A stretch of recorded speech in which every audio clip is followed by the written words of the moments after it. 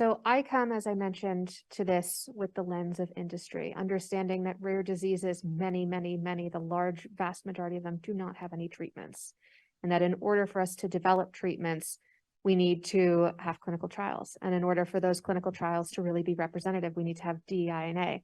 And in order for us to recruit people who are diverse and represent different backgrounds, we also have to address that there was a long and storied history of problems in clinical trials. So I try to think about how I could best present a stage for the advocates that you've just heard from to talk about the work that they've done, really starting from ground zero. And what I thought we could do is talk about DEIA in the context of the United States and the work that we're doing to coalesce patient communities, get them informed, educated, and empowered on their health, to activating them, to how to make sure that clinical trials and what sponsors like ourselves are providing are making sure that we're carving out room for everyone to be involved. And then I thought after we talk about the United States landscape, we can also hear from this group on ex-US activities, including in India.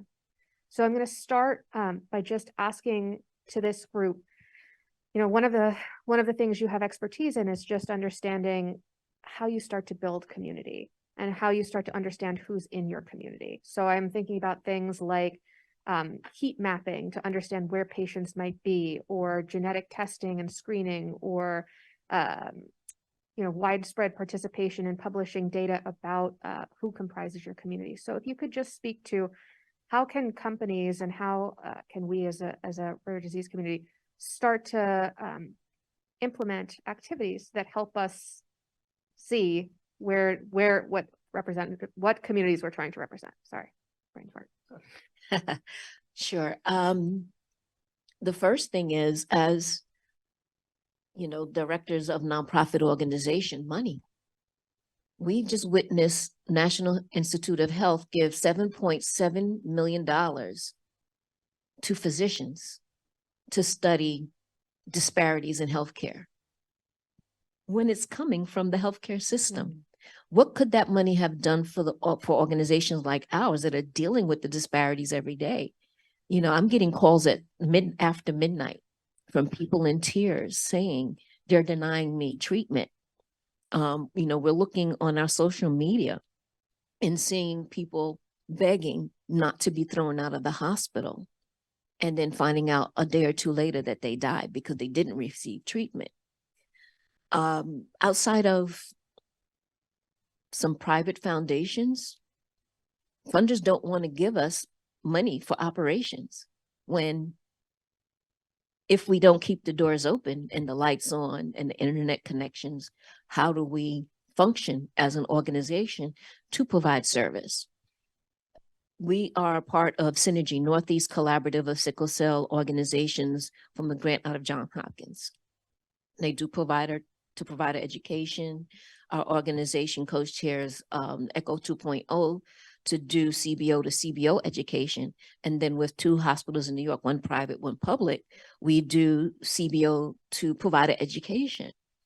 And whether I go to Johns Hopkins provider feed or on our CBO to provider feed, we're talking to the peanut gallery, the proverbial. It's the doctors who are already caring, not the ones that we're supposed to be reaching through ECHO to democratize health information.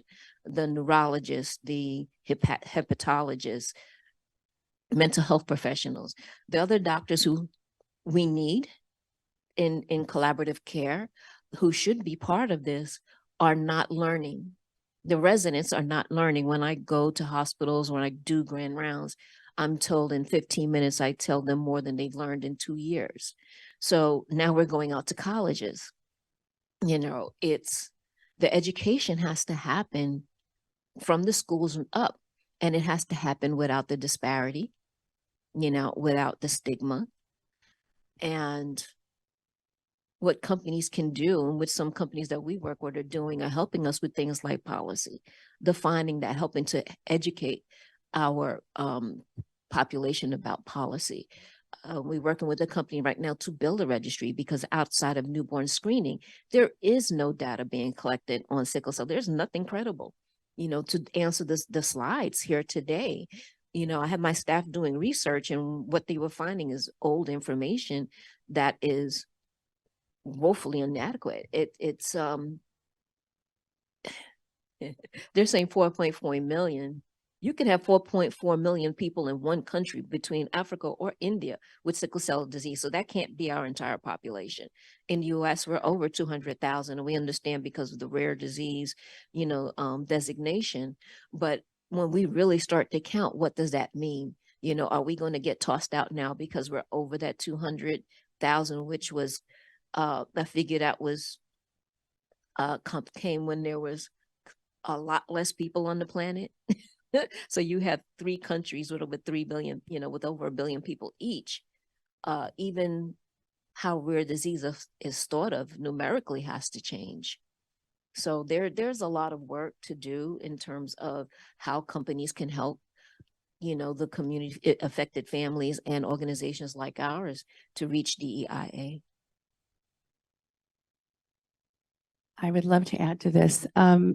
So the past 4 years, all of a sudden there's a knock on the IgA Nephropathy Foundation door from industry saying, hey, we've got this drug clinical trial and we need patients. And I was floored because I'm thinking, oh my God, it's finally happened.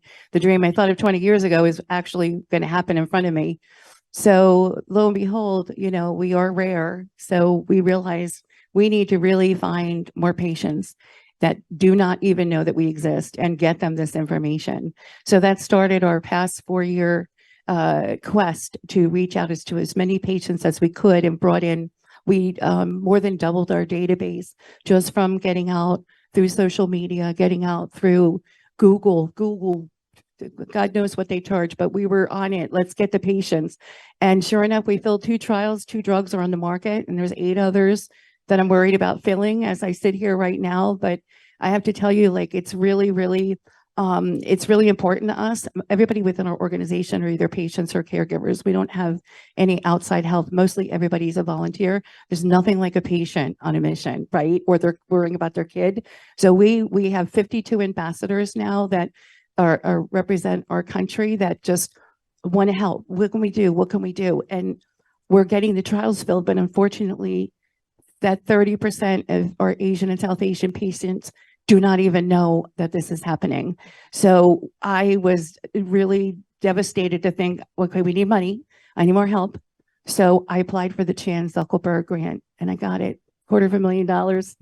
And it's going to Asian and South Asian outreach. And we're starting, it's a US grant, and we're going to be holding several forums to find out. In order to do this, I need to know where those gaps are in their healthcare. I need to know, I want them to talk to me and tell me, and our panel that we have set to be able to do this boots on the ground.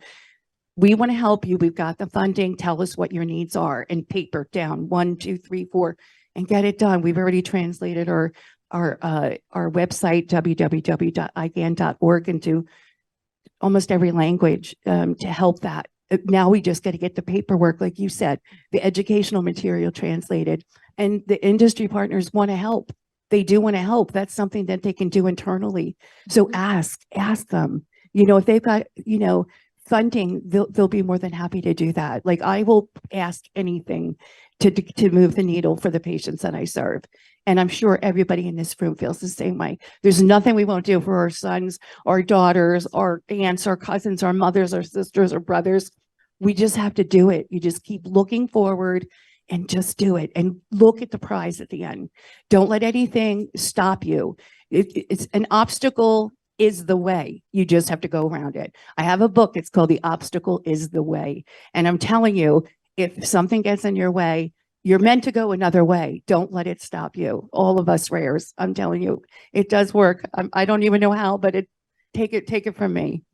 Yes, if you don't ask, you don't receive, and the relationships, building relationship with the company. So this little inside thing with our organization, before January, we were just an office full of women, and we were renovating, get this painting, new furniture and everything.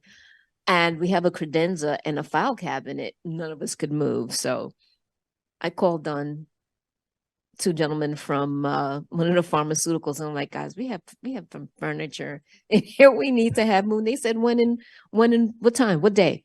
And they showed up.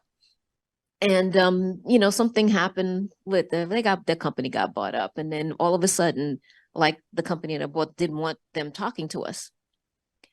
And I sent the text and I said, you tell them they better not, because it's not going to bode well, and it won't just be New York State. I got a text back the next day, said, okay, they're not going to do it. We spent 6 years developing a relationship with the company, and being bought out or merged is not an excuse to sever those relationships, because they know what we need. Build on that instead of thinking that you know best and you're going to do whatever you want to do. And especially when companies prior to that didn't have a relationship with us in the first place. And, you know, when they say, oh, we have this trial, you know, we need people to fill it. From our perspective is, you're asking me for a life, and I'm not going to willingly give that up to you because you're asking for it or because you want to give us some money. You can't compensate us for that. Yes, we want people to be on clinical trials. Yes, we want to know, will this new medication help us? Would it modify the disease? Will the gene and cell therapies modify or cure? Absolutely, we want this. It's been over 100 years before anybody even really thought about sickle cell disease. And now we see, what is there, 48 trials in sickle cell and 58 in thalassemia. And it's an exciting time. But, you know, that's something I know we're getting into later about the social determinants. They're massive, you know, and for us to be able to reach people. And another thing with sickle cell disease, unlike other rares, we don't talk about it because we've been made ashamed of the genes that we inherited from genetic recombination generation after generation. We've been made to feel ashamed by the people who are supposed to be caring for us. And so, you know, one of the articles I wrote is, you know, remove the cloak of shame. There isn't. And if you're not ashamed of your eye color or the length of your hair or anything else, you shouldn't be embarrassed about or ashamed of having sickle cell disease. We have to start talking about it. And that's part of the barrier too, with us not knowing who and how many and where they are, because the community is not connected. There are a lot of people living in silos. And again, recently we saw a death of a 34-year-old who put herself in silo because of the shame that she was feeling. She became not adherent to her medical protocol. She wasn't taking care of herself, and she came to complications. What we need also is funding for media. That's the biggest thing. Rare disease does not get used. Cancer, yes. You know, you'll have some entertainers like Michael J. Fox who'll stand up and talk about, you know, Parkinson, but nothing else anywhere else. And to get the media to even just cover our event, we get comments like, well, if the, you know, everybody in the first row drops dead, you'll have media for life.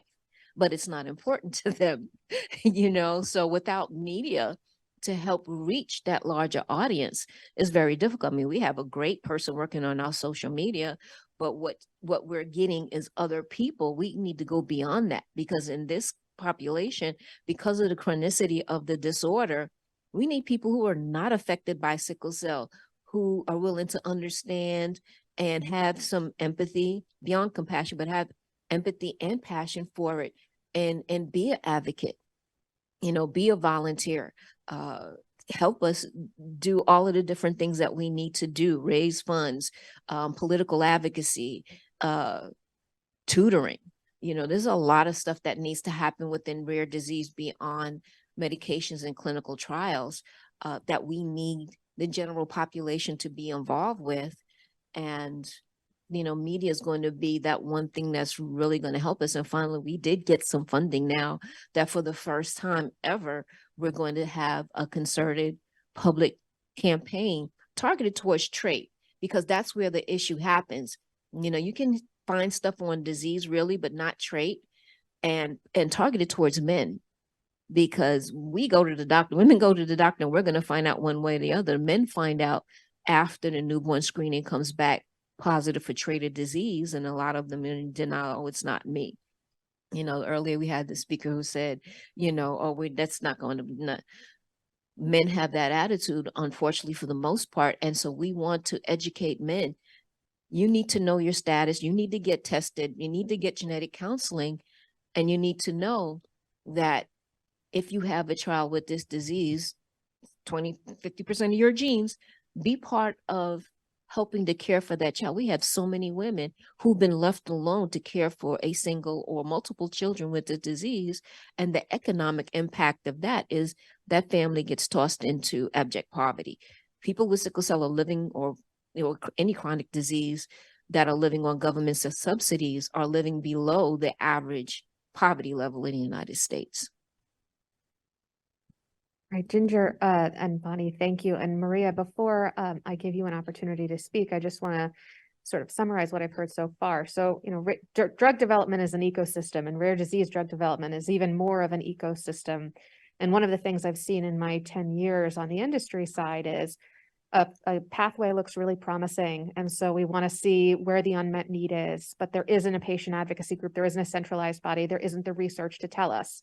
And that's when research stagnates. And one of the challenges, and I think Ginger, you brought this up as well, and Bonnie too, is that the research can't happen unless there's money being put into the research. And so we come to this sort of stalemate where drug companies want and think that there's promise in a disease, but there's not enough information to make that decision, but they haven't put in the resources to help fund the research to help them make a better decision. And so I want to ask you, Maria, some of the themes we've talked about are rare disease registries, grassroots outreach, to build communities. If you could talk a little bit about Global Gene's work, especially as you intersect with a number of, I'm sure, biotech and pharmaceutical companies in just helping industry to help understand the rare disease. And then we're going to pivot into some of the other topics we've talked about, which is activating the community through education and other resources. Sure. I just want to piggyback on some of what my fellow panelists have, brought up. I know Ginger was mentioning the importance of education and awareness. I think that is something, and it's starting earlier on, right, with medical residents, medical students. And I mentioned earlier our Rare Compassion program, where we pair medical students with patients and families and caregivers who are going through that lived rare disease experience, and just learning a little bit more about what it truly is to be compassionate, and with the goal also of motivating those particular individuals to become more involved in the rare space, get involved with patient advocacy groups, driving that forward. So continuing that education and awareness.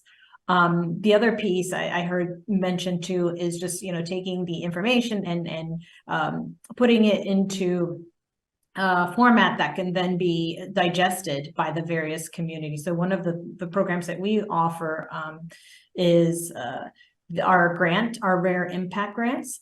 We have a health equity grant that we offer to our members of our Global Advocacy Alliance. And this particular program provides an opportunity for patient advocacy organizations to improve their outreach strategies, develop content, and address challenges that can affect the underserved and underrepresented communities. Examples of the work that we funded this past year included training patient advocacy group members from various underserved populations, Black, Hispanic, and disabled patients, to serve as patient ambassadors who would be available for media interviews and to speak at conferences to really amplify the voice and the messaging around and being part of that discussion. Some of the other awardees that we funded also conducted awareness and educational campaigns specific to underserved populations who might be experiencing a delay in diagnosis because, as Ginger mentioned, a lot of these different rare diseases, oftentimes we don't, the education isn't there to recognize that some of them do impact. Yes, some of the conditions may be more predominantly present in specific populations, but we have to keep in mind that they also do exist in other conditions. So I think that's something else for us to really keep in mind as we're moving forward. Having those types of conversations. And then in regards to some of the research programs that we offer is to help offset the cost that's associated with attending different events. So that education is also brought forward back to these patient advocacy groups so that they can share that with their membership. So we have an event called Week in Rare that we had this past September, which was part of a health equity forum as well as a rare advocacy summit. And we provided support to the different attendees to attend. We had, offer it to individual patients, to family members and their friends and advocates of the rare disease community, and even to staff members of nonprofit organizations to, again, bring back that knowledge and help them advance their specific causes.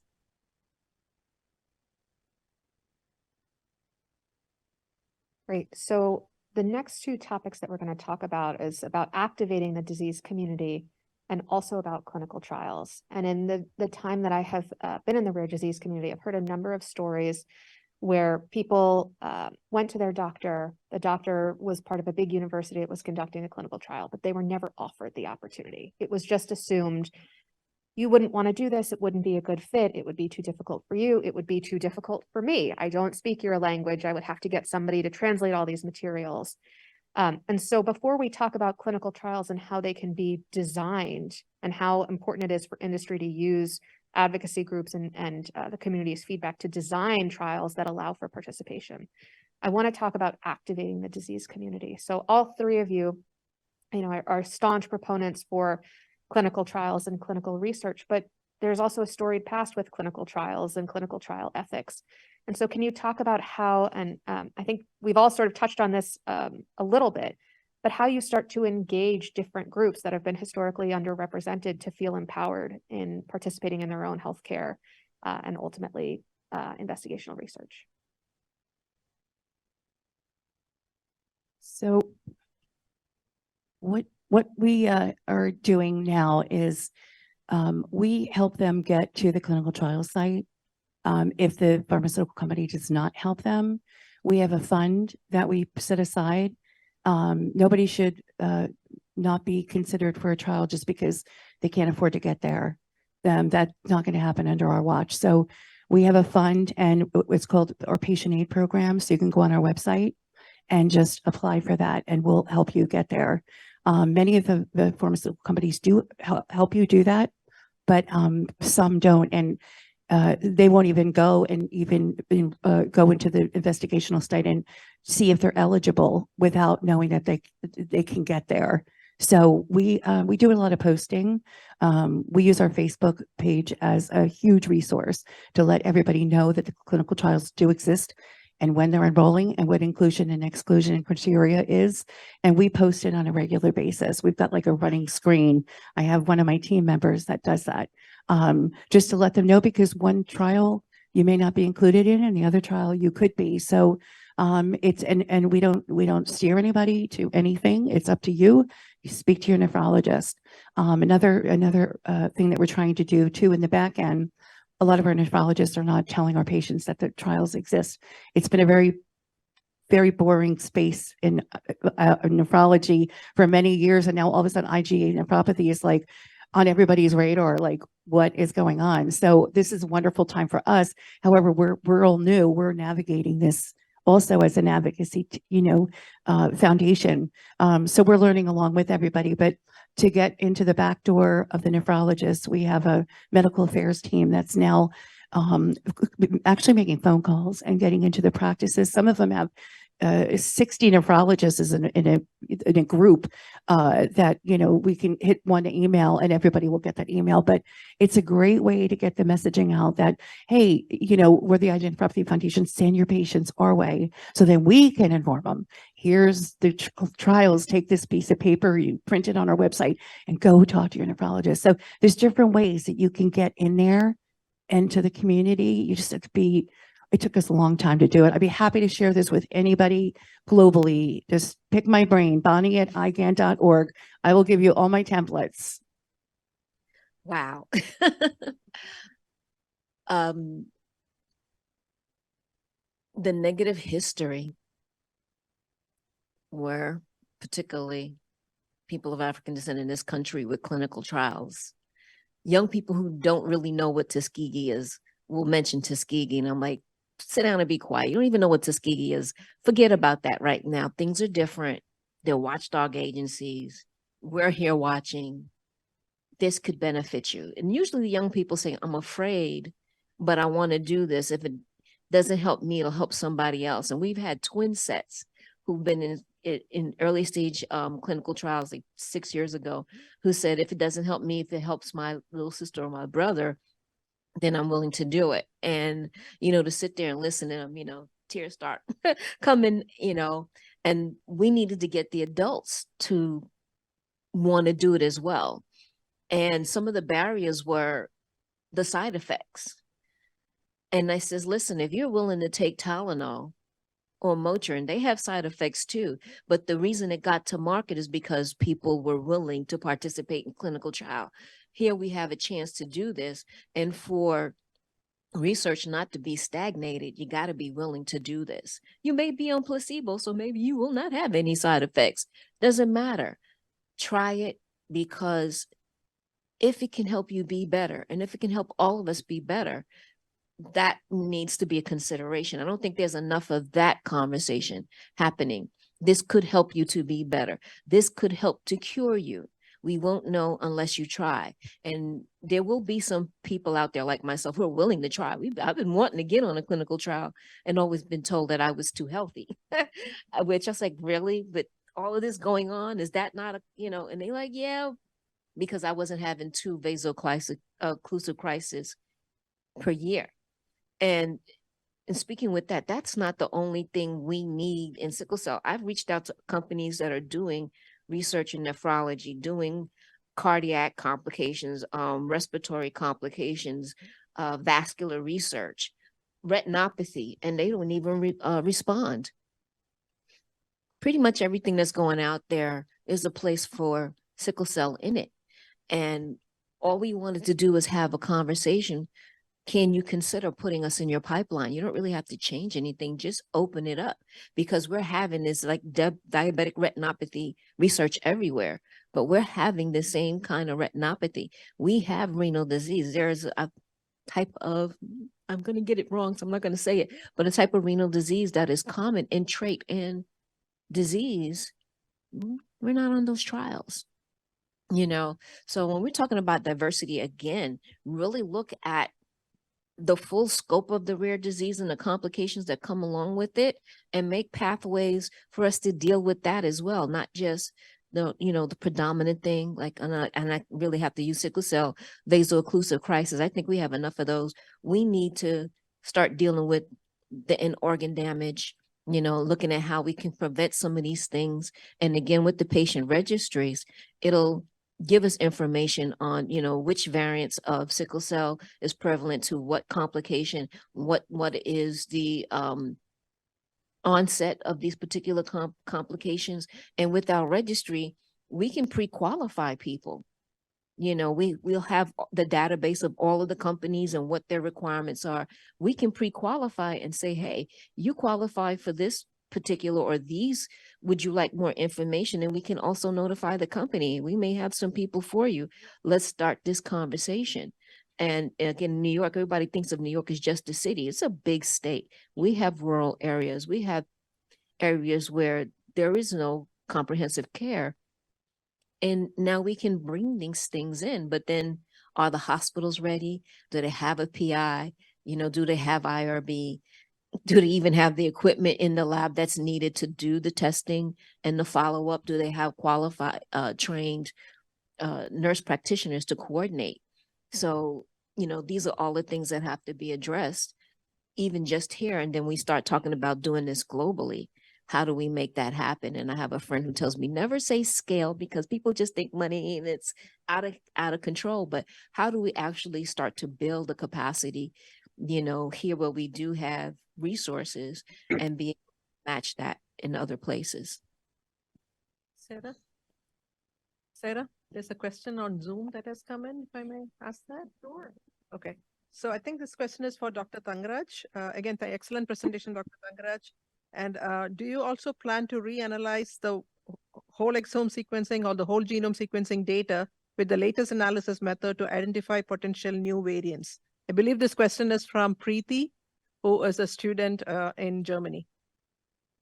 Yeah, we usually what we do, we use Dragon software initially to pick up the variants, and also use existing online pipelines plus our own pipeline. So that means it'll go at least 3 or 4 round of analysis in the beginning. And if you find any variants that are significantly associated with the disease, then we really don't go for that. We don't find any variants, then we look for new pipelines so that we reanalyze. Otherwise, we don't go for it.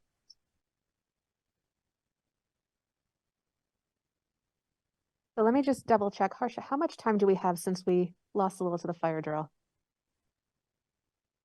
We will go over 20 minutes, so another 5 minutes, and then we'll try and make it up the rest of the day. All right, another 5 minutes. All right, well then I'm gonna make sure that we move on to talk about ex-US. But I do just wanna give Maria the opportunity. Maria, do you have anything to add on the education piece around clinical trials, empowerment, et cetera? No, I think my colleagues have touched on everything that I was going to mention. So thank you. Excellent. So thinking outside of the US and the EU, as we know, rare disease companies and pharmaceutical companies in general sometimes tend to be myopic. We focus on the United States, Canada, and a select few European countries. And we also know that rare diseases know no geographic limits, and that every single one of us deserves access, equity, and inclusion, and white glove service and concierge care. I think each of your organizations has a global reach, and that you support folks from here in the United States, but that you've also done work abroad to set up infrastructure to have clinical trials, clinical research centers of excellence. So I'd like to spend the last few minutes talking about those examples of your work, and then again, just sort of closing out, what can advocacy groups be doing and what can industry be doing to support a broadened footprint so that we can support more patients? So I'm really excited to share this information because it was a 2-year work piece on my team. So I am very involved in our patients. They reach out to me. Everybody has my cell phone number. Thank God they, well, don't call me, but everybody has my cell phone number. They have my email. And I take time to read some of these emails every day, just, 20 of them just to get, to hear what the sadness, it motivates me to do more, right? So I kept getting letters from India, and my brother is so sick. We have no money. We live in a very poor section. I have no way to get him to a clinical trial. Please help me. And they were so motivating to me, and I just felt so like I couldn't stand feeling helpless. So it was really important to me. How am I going to do this? How am I going to do this? How am I going to do this? So I Google's like good or bad, and I found the Kidney Warriors Foundation in India. And Vasandra, I don't know whether you're listening. I hope that she's part of this, but she became a very dear friend of mine, and she's a lifeline, and she runs like an NKF in India. Her son, she started the Kidney Warriors Foundation for her son who had a transplant. He's older now. And she became such a great resource, not only to teach me where the gaps are there, and also to open the doors to nephrologists. Some of the smartest, brainiest people ever are in India that understand IgA nephropathy and really want to help. So that door opened up. And then one of our industry partners, I mentioned this feat that I really wanted to do. They opened up trials in India in 7 sites. And then not only did they do that, but we opened up access to tell the patients there that if their doctor, because they couldn't afford a biopsy, their doctor thought 99% that they had IgA nephropathy. I'm making that up. It could be 80%. The company, I should mention the name, but they would pay for the biopsy, which then made them be able to get in clinical trials. So we have, I don't even know who they are. I am just so blessed that we were able to open that door, and that door continues to open with 2 other pharmaceutical companies that I'm sending them patients that are there. So I don't know who they are, but I know I can sleep better knowing that we're doing our part. And that's just one of them. We're working on Philippines. We're working on other, but we're a small nonprofit. So the bandwidth is hard enough in the US, But the more I can have the pharmaceutical companies help us and engage them, we work it together. So it's less work. If we all work it together, it's so much less work.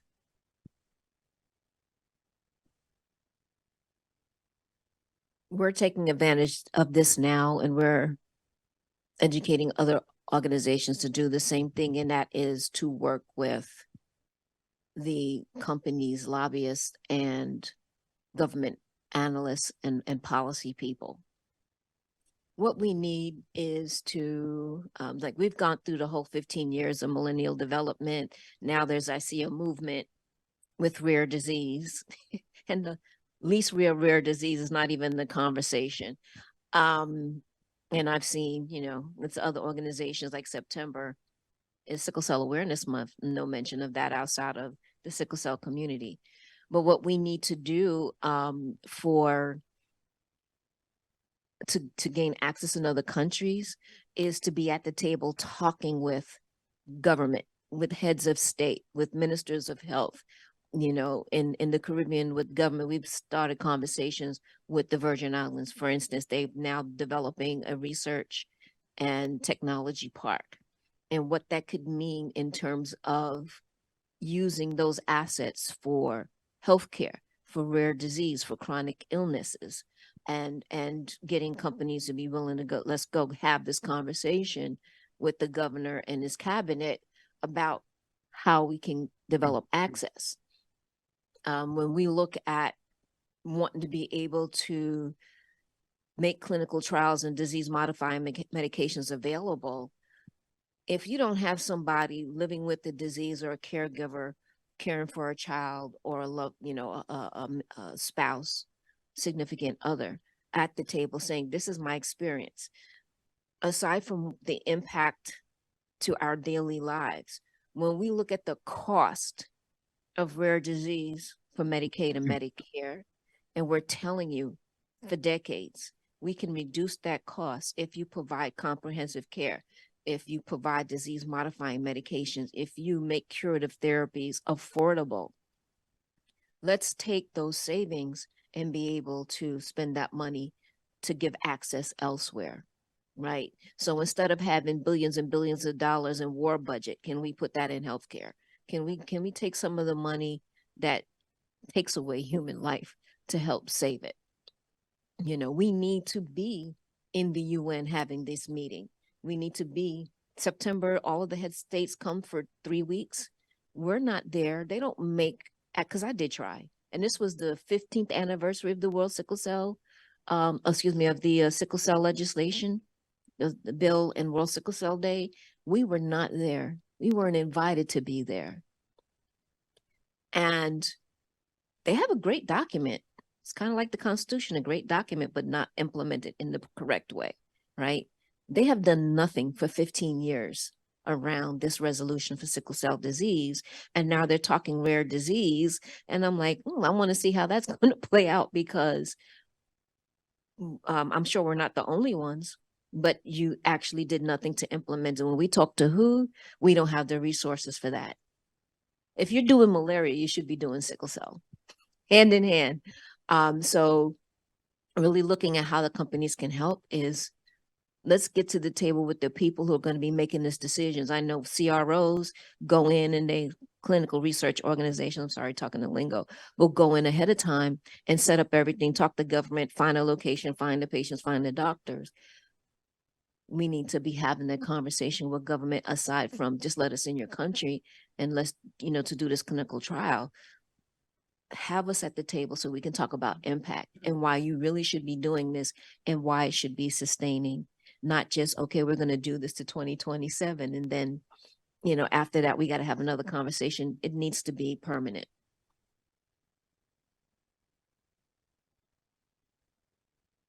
Maria, I'll give you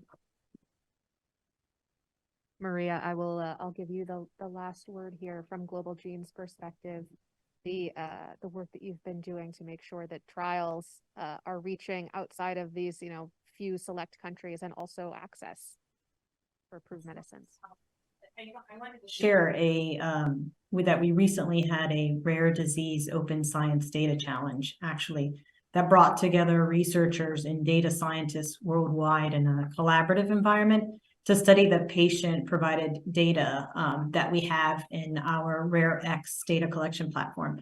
And the goal is to lead to the shortening of the diagnostic odyssey with predicted diagnosis, identifying previously unrecognized symptoms that are associated with some of these rare diseases, understanding that full spectrum, and as Ginger mentioned, the how these different variants may present differently within different individuals, and also generating insights from advancing the therapeutic research that we did. So the RareX dataset that was a part of the Open Data Science Challenge included clinical diagnoses, detailed symptoms, curated genetic data, and patient-reported clinical outcome assessment measures.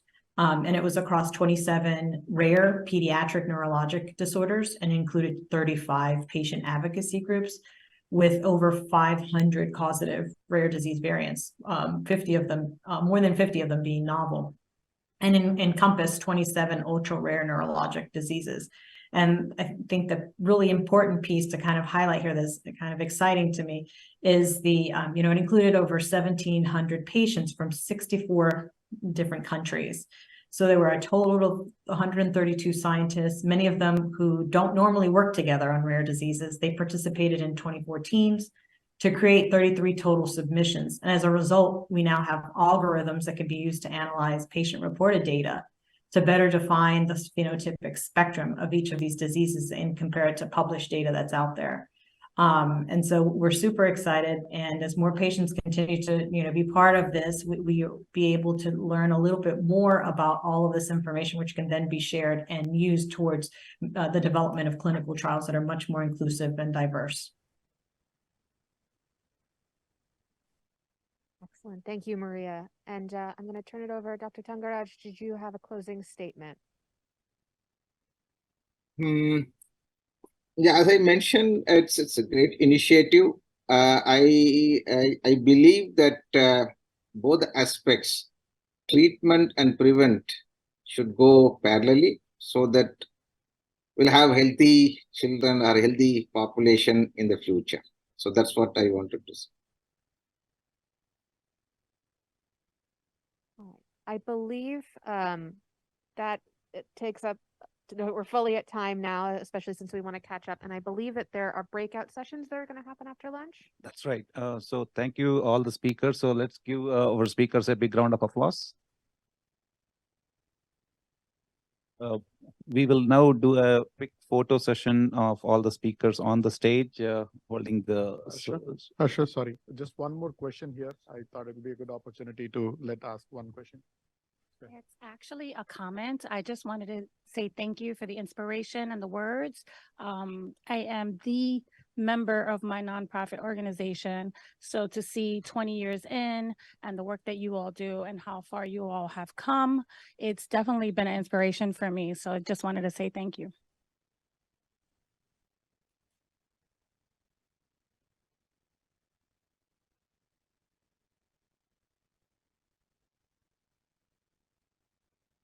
We're going to be 20 minutes late, so just adjust that number. You all can come in the room. You all have books, remote presenters? No, you do? Don't? We got